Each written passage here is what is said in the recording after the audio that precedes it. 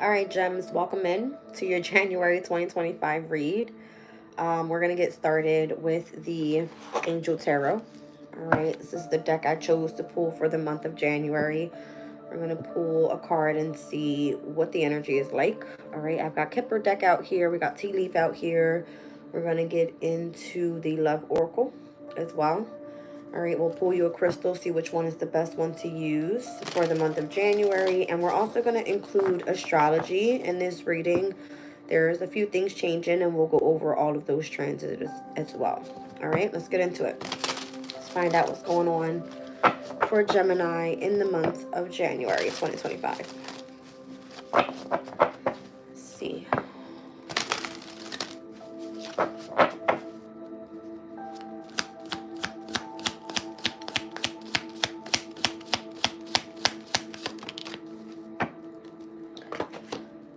So we have here the Ace of Cups. It says God, the King of Heaven.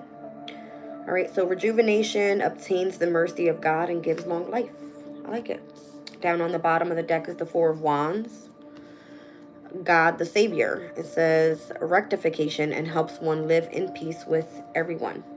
All right, so it looks like you've got some peace heading your way. All right, rejuvenation, healing, whatever that may be.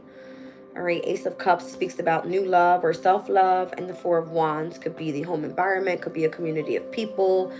This could be commitments, all right, that you have. So let's get into your tea leaf. See what's going on here.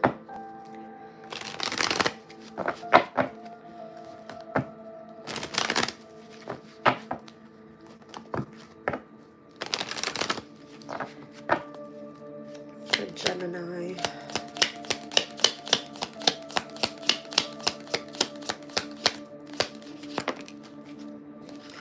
Got great happiness and the heart here.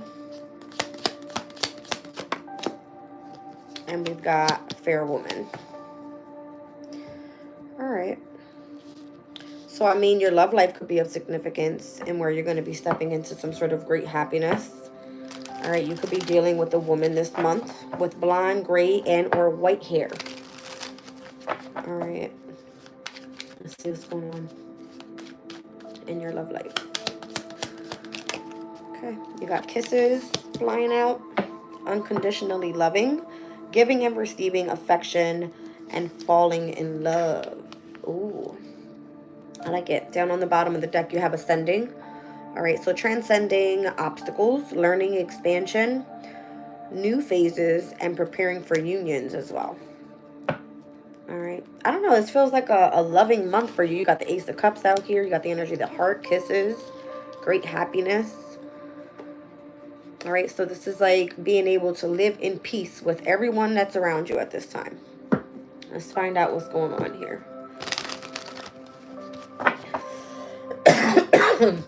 I'm sorry, you guys. I'm still getting over this cold. Let's see what's going on.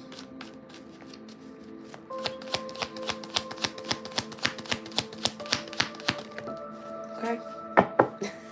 That's crazy. Knight of Cups is flying out. There's a lot of love here. A lot of love. This could just be you opening yourself up to love. There's a past person here coming back around.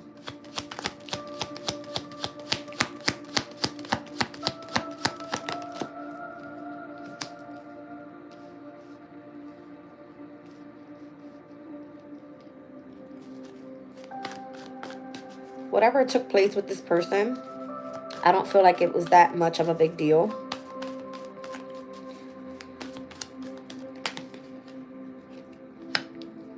One second, you guys.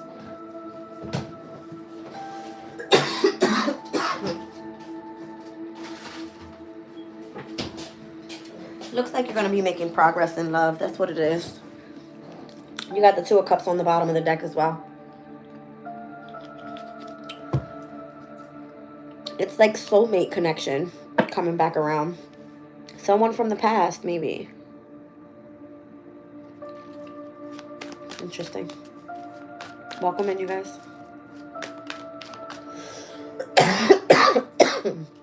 Well, all right.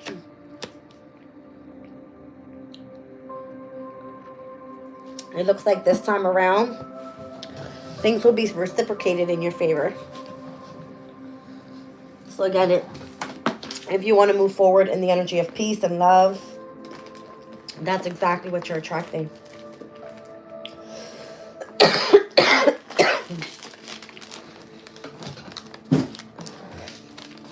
Interesting. So there's passion there. There's love there. Attraction. Calling in union.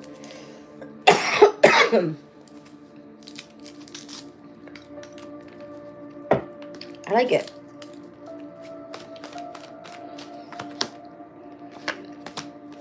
You were worried about something. Whatever you were worried about, you were keeping it to yourself as well. In the near future, all of that you're going to not worry about at all. The Hierophant, you're going to know that you can be committed to whoever this is. And you're going to feel much more confident and abundant in your energy. This person is more so like your counterpart. All right. Very much abundant in your energy. Show me great happiness.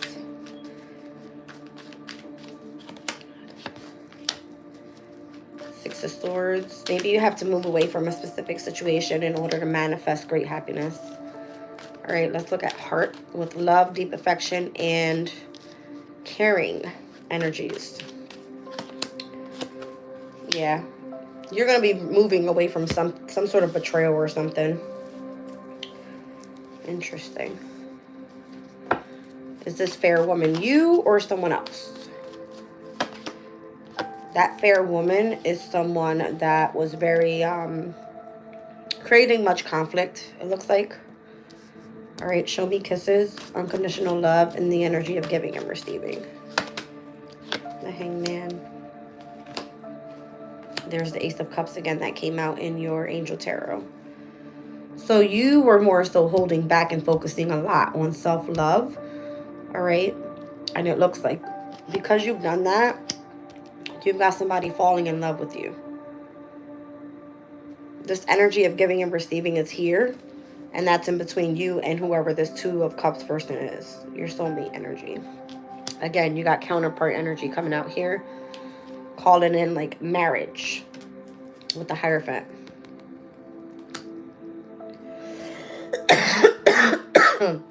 I am so sorry, you guys. My throat is like, I cannot. I should have just waited to do readings. I keep on trying to get all my work done. Let's see. Let's look at your ascension here. Because you're like supposed to be preparing for this union. Someone that keeps you grounded. Someone that keeps you focused. All right, makes you feel abundant. After dealing with some sort of conflict, betrayals, having to move on in order to manifest what it is that you want with your happiness. All right. And whatever had been held back, it's because you were focusing on self-love. But you're making progress here. There's the Empress.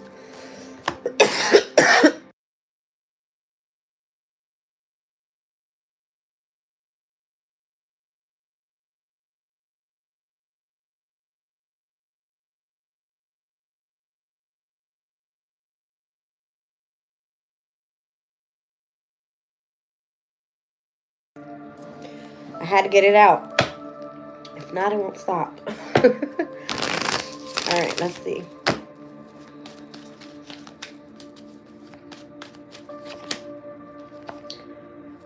Sun, Star, Five of Wands, Five of Cups, Ace of Wands. Wow, I don't know who this Sun in Aquarius person is here, but it looks like that person you could have had some sort of challenge with. All right, it could have been like conflict or competition in any way. All right, I don't know if this person is grieving or this is you grieving. All right, but it looks like if this is you, all right, there's something coming up with those Two of Cups that's sitting right behind you there as you grieve this Three of Cups here.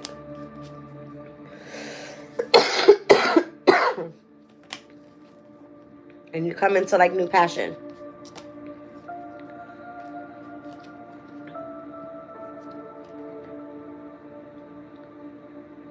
That could have just been you putting a highlight on whatever your hopes, your dreams, your desires are. If you have been wanting to come in together with the specific union, I don't know, something feels like blessed. That's what it feels like. Again, it's coming through as an equal give and take. You want something long term, and that's what the Queen and the King of Pentacles is going to bring in.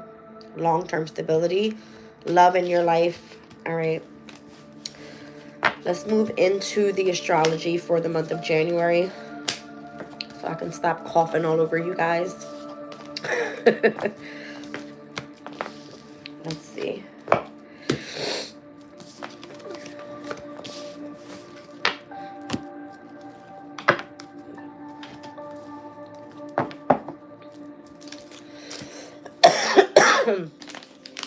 Crazy.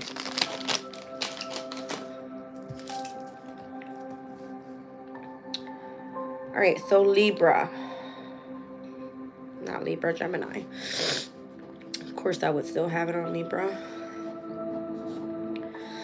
All right, so we've got Jupiter retrograding in the first house, and that's going to be there up until February 4th. So this is all about yourself, right? Your appearance, how you're presenting yourself out. Just a heavy focus on ascension for you right now within yourself.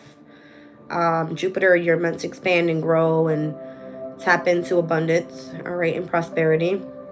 So the heavy focus on yourself could be the Ace of Cups that keeps coming out. I like it. All right. Cancer in your second house. Here is where Mars is getting ready to retrograde back on January 6th. And that's stepping into your house of money, values, possessions, your confidence, your self-esteem, your creativity.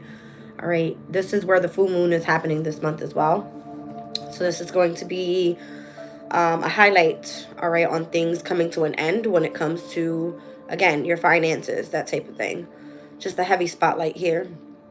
So with Mars being in retrograde there's a review, all right, of how you're making, saving, spending when it comes to your possessions as well.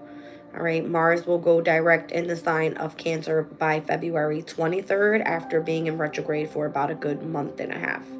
All right. At this time, Mars is retrograding in Leo up until the 6th of January. So this is in your ruling house, Gemini, the third house. All about communication, travels. All right. Mars brings this like aggressiveness to the energy. Definitely can be very competitive. My goodness. I'm like getting ready to throw some tea on. There could be some competitiveness here, all right, with the way that you either have been communicating, because Mars has been in Leo for a while, all right, and it could be affecting that of your surrounding areas where you feel frustration, all right. It's coming through in your reading. I'm not sure where, but we're gonna, follow through with it.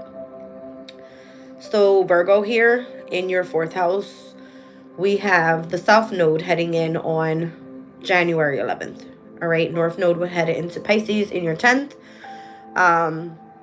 South Node is going to head into your 4th house on the 11th. Meaning there's going to be some karmic challenges when it comes to family. Could be divine feminine energy. Could be the energy of your home and your comfort zone. All right. Something may switch or change. All right. Pertaining to your home environment. South Node is going to bring in that of natural gifts as well. All right, so whatever that may be, a gift to you in your home environment or from a divine feminine energy, could be that of a mother figure.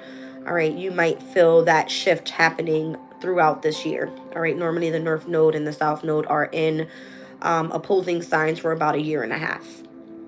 Now, Libra in your 5th house and where the South Node is currently right now, you've been dealing with karmic challenges, past life issues when it comes to that of your pleasure, your love life, all right, your happiness. And that's overall what was coming up in your reading as being able to be like an upgrade for you. You know what I mean? Like your love life taking off or your happiness taking off.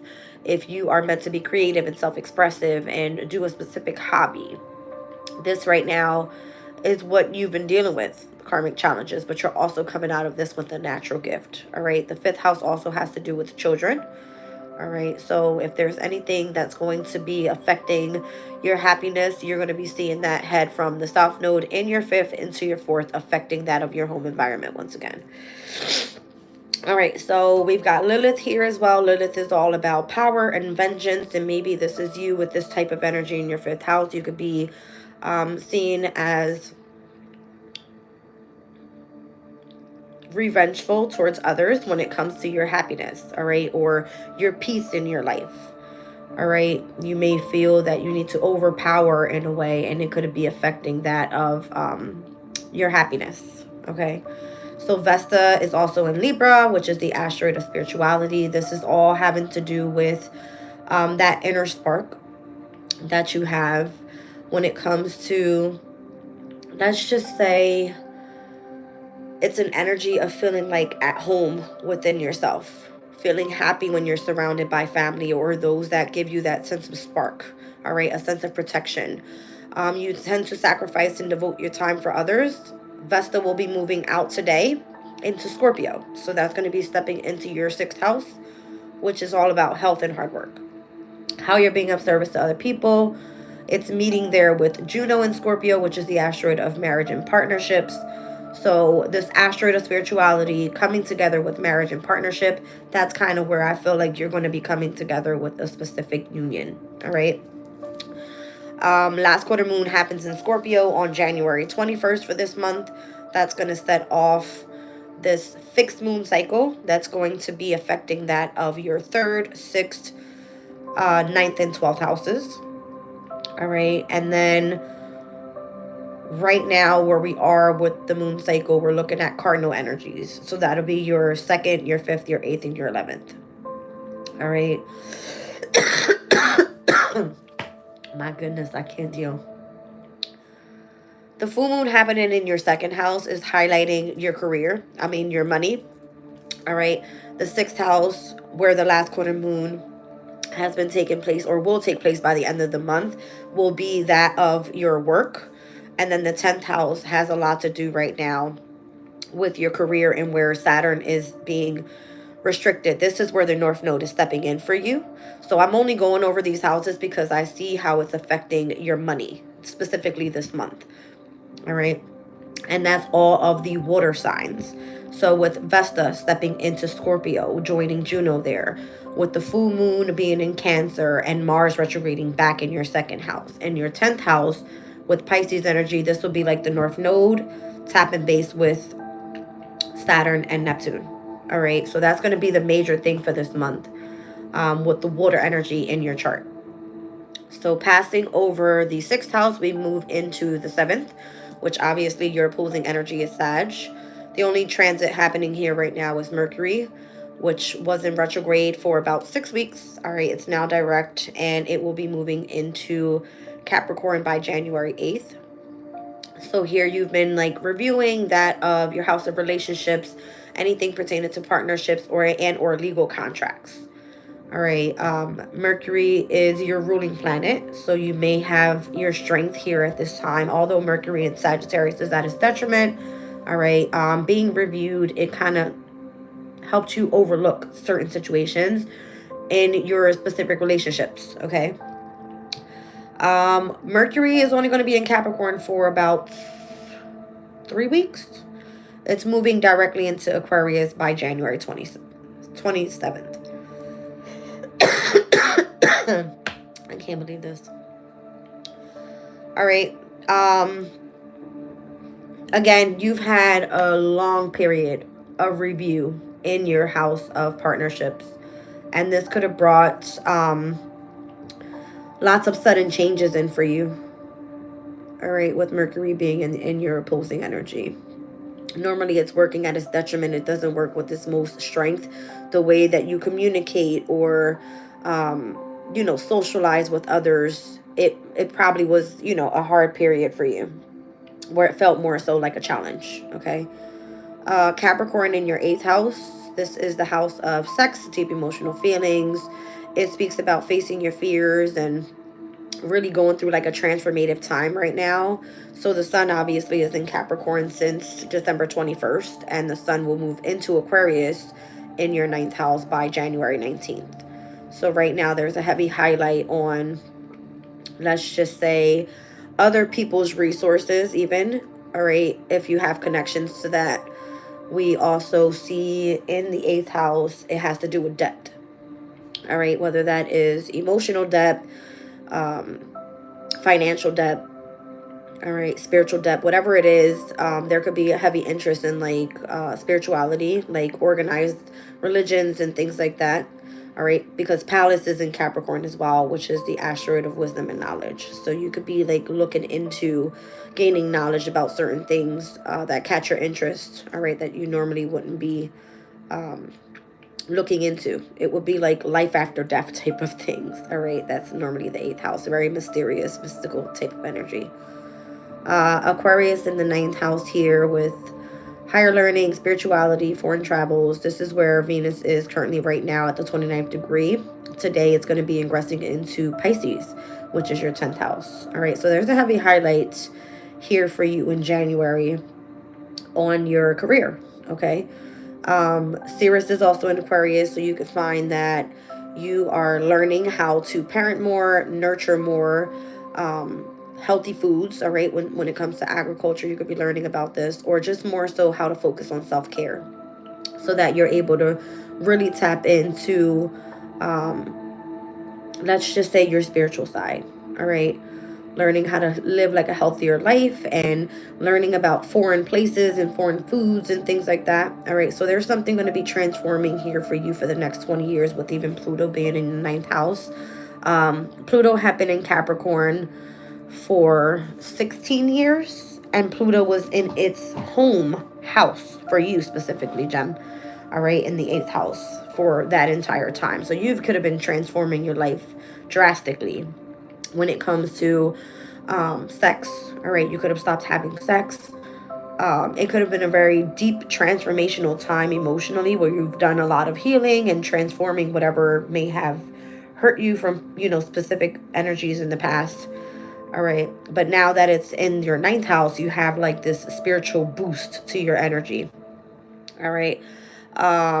We have the new moon in Aquarius coming up on January 29th. And again, today on the 2nd, we have Venus stepping into Pisces. All right. So let's talk about your 10th house then. So this is where Saturn is. This is where the North Node will be on the 11th. And we also have Neptune here and Venus stepping in. So you'll have 4 planetary transits happening, all right, throughout the month of January in your 10th house. And this is all about like your professional aspirations, you stepping into your divine masculine energy. Saturn being in the 10th house is in its ruling house, so that works well for you. Neptune being in Pisces is the only planet right now that's in its domicile energy. So you're going to find that using your imagination and getting creative and really using your spirituality here is going to help you with your public image, okay? Your reputation or whatever that may be.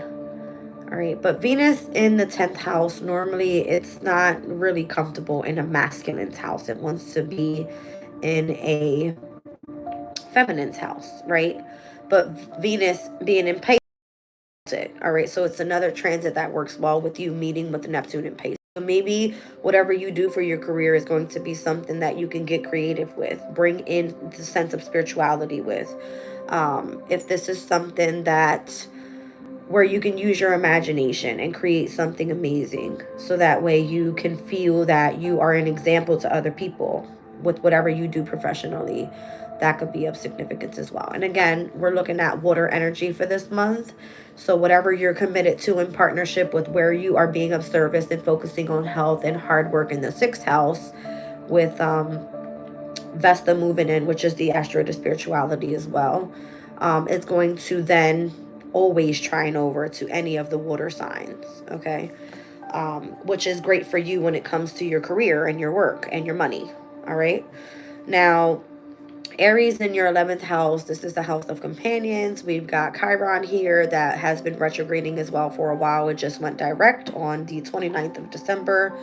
All right, the North Node has been here for about a year and a half, and where you have been ascending towards your destiny, your purpose, and it looks like it's surrounding a specific community of people. It could be a specific group, those that you network with. All right.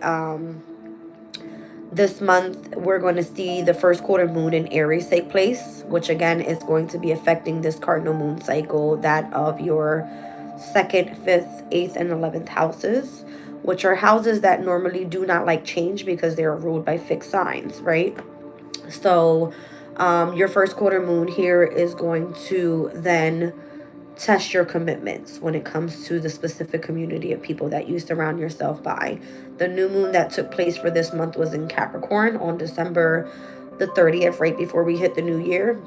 And again, that happened to be in your house of transformation, which is the 8th house. All right, so whatever intention you set for the new year, that will be tested with your community of people on January the 6th, the same day that Mars goes retrograde back into your 2nd house when it hits your values, okay?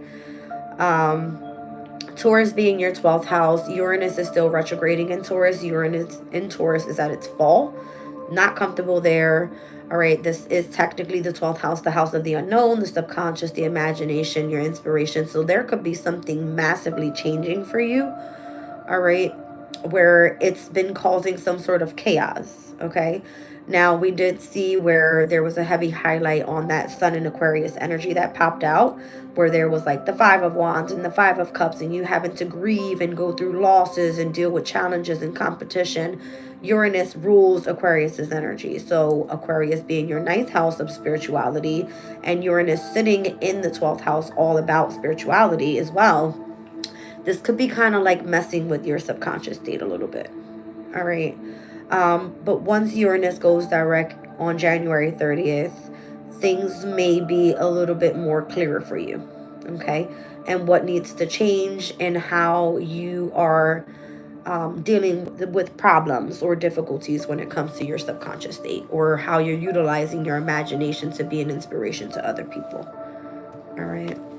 So let's get into some cards here for your sacral love, all right, or chakra love, should I say. I said sacral love, so maybe sacral chakra is going to be significant for you. All right, and I also have the crystal spirits here. We'll pull one and see what best crystal to use for the month of January.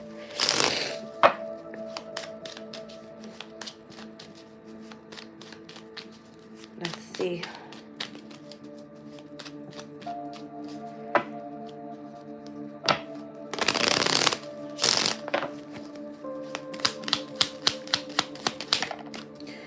All right, you've got throat chakra here, so vulnerability.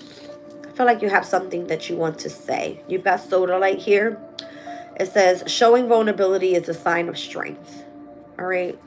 So normally vulnerability will tap into like the, let's say 12th house, like Piscean energy. Learning how to be more compassionate and vulnerable and loving and kind and caring and nurturing, whatever you want to call it, right? That can definitely be a strength for you. Maybe you've had to play this role of always being so like hard on yourself, or changes that you've been wanting to see, wanting love to come back in, but you can only get love if you give it, right? So there's this energy once again of an equal give and take. All right, let's look up sodalite for your chakra here. All right, so throat chakra normally is what's associated to you, Gemini, because you are of communication, right? You're ruled by Mercury. It says here, let's go back. There we go. All right, so sodalite is traditionally associated with intellectualism and communication, okay? It's thought to improve clarity, self-expression, intuition, insight, wisdom, emotional stability, and calmness. Sodalite is frequently recommended for artists and or writers or creatives. It's even sometimes called the poet's stone. All right. It says here, there are several meaningful benefits to taking sodalite. The spiritual meaning of this word encompasses inner peace, intuition, and self-expression. In addition, it enhances one's ability to express feelings and thoughts. It is a stone of truth that encourages honest communication. All right. Now, if it pertains to emotional balance, sodalite is believed to bring emotional balance, calm panic attacks, and enhance self-esteem and self-trust. If it has anything to do with harmony and trust, it says sodalite is thought to promote harmony, trust, and bonding in relationships. Sodalite is often considered a stone of insight and intuition and is believed to encourage rational thought and objectivity. All right, the guardian of heroes. It says sodalite is sometimes considered a guardian for heroes and heroines, especially those who speak truth to power. All right, meditative states. Sodalite is said to be marvelous for reaching deep meditative states. Seeing spirits. Sodalite is said to increase one's ability to see spirits and family ancestors. All right, it's associated to the throat chakra, and in Western astrology, sun sign Sagittarius. It's the thought process, all right, that possesses water energy in feng shui. So again, Sag being your house of partnerships and relationships. This could be a way of you being vulnerable with your partner, or things that you may be contracted to. Could be communities of people, I don't know. All right. It can be used in necklaces and bracelets, earrings, but it is primarily found, it says, in Brazil. Can be a source from other countries as well, including Russia and Canada. All right. So that is your chakra love card. Let's get into your crystal. See what comes through.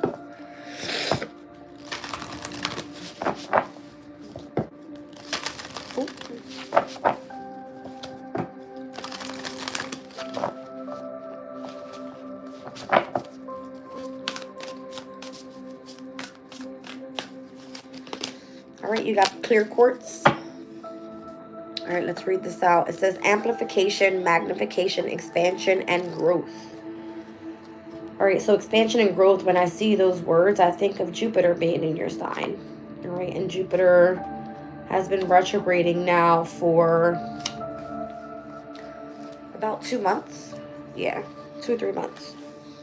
All right, so it says when clear quartz appears, it is the time to focus on growth and expansion. Whatever you appreciate, love, abundance, or anything else, will grow simply by you observing it and feeling gratitude for it. Are you paying attention to all that is good in your life? Clear quartz spirit brings the message that you will amplify whatever you focus on, so focus well. Be mindful of what receives the bulk of your notice. Find what is healing and nurturing and what fosters your well-being. Express gratitude for the bounty that is yours, and it will expand. Whatever makes you feel happy and alive, do more of it. Relationship message. It's easy to magnify the flaws in others and forget to reflect where you might need to grow.